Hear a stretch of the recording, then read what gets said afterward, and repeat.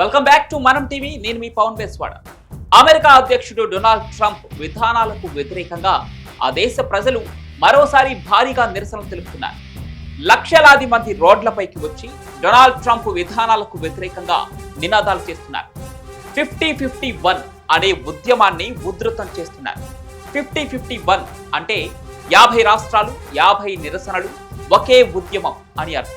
ఈ ఉద్యమంలో న్యూయార్క్ స్క్వేర్ల నుంచి వైట్ హౌస్ గేట్ల వరకు, చికాగో వీధుల నుంచి లాస్ ఏంజల్స్ సిటీ హాల్ వరకు వేలాది మంది ప్లకార్డులతో అమెరికాలో రాజులు లేరు అని అరుస్తున్నారు. డొనాల్డ్ ట్రంప్ చట్టాలను చెరిపివేస్తున్నాడని, పౌర హక్కులను కాలరాస్తున్నాడని ఆగ్రహం వ్యక్తం చేస్తున్నారు అక్కడి ప్రజలు. నిజానికి ట్రంప్ రెండోసారి అధ్యక్ష బాధ్యతలు చేపట్టిన రోజు నుంచి అతని నిర్ణయాలు ఒక్కొక్కటి బాంబుల్లా పేలాయి. ట్రంప్ లక్షలాది ప్రభుత్వ ఉద్యోగులను జాబ్ నుంచి తీసేశాడు. వలసదారులపై రైట్స్ మొదలుపెట్టాడు. టారిఫ్ల ధరలతో ప్రపంచాన్ని భయపెట్టాడు. సోషల్ సెక్యూరిటీ ఆఫీసులను లాక్ చేశాడు ట్రంప్. ఇమ్మిగ్రేషన్ చట్టాలను కఠినం చేసి విదేశీ విద్యార్థుల వీసాలను క్యాన్సిల్ చేయడానికి ప్లాన్స్ చేశాడు. ఈ హై స్పీడ్ డిసిషన్స్ తో షేర్ మార్కెట్ ను కుప్పకూల్చాడు ట్రంప్.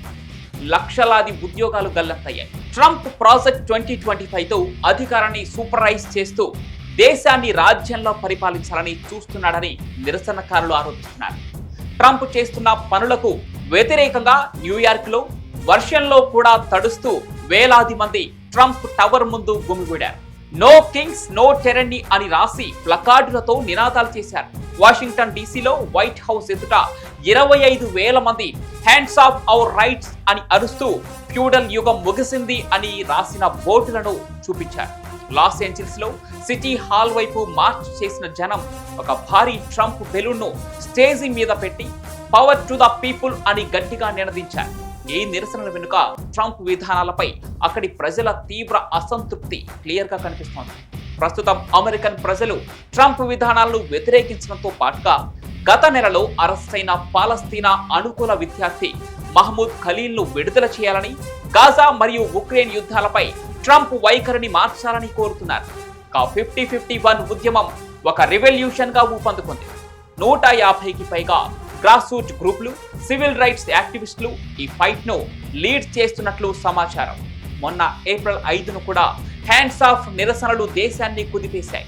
ఇప్పుడు ఈ వ్యతిరేకత ట్రంప్ కు మళ్లీ తలనొప్పుగా మారబోతోంది. మరి ట్రంప్ ఈ నిరసనలకు ఏదైనా యాక్షన్ తీసుకుంటాడా, లేదంటే మొన్న ఏప్రిల్ 5న జరిగిన హ్యాండ్స్ ఆఫ్ నిరసనలకు ఇచ్చిన కౌంటరే ఇప్పుడు కూడా ఇస్తాడా అనేది చూడాలి. ప్రస్తుతం మరోసారి అమెరికాలో ట్రంప్ వ్యతిరేకత పెద్ద మొత్తంలో కనిపిస్తోంది. మరి ట్రంప్ ఎలా రియాక్ట్ అయ్యే అవకాశం ఉందో మీ అభిప్రాయాన్ని కూడా కామెంట్ల రూపంలో తెలియజేయండి. అలాగే భారత్ పై ట్రంప్ భారీ టారిఫ్ ను మీరు సమర్థిస్తున్నారో లేదో, వ్యతిరేకిస్తున్నారో అనేది కూడా కామెంట్ల రూపంలో తెలియజేయండి. ఇలాంటి అప్డేట్ వీడియోల కోసం మనం టీవీని సబ్స్క్రైబ్ చేసుకోండి.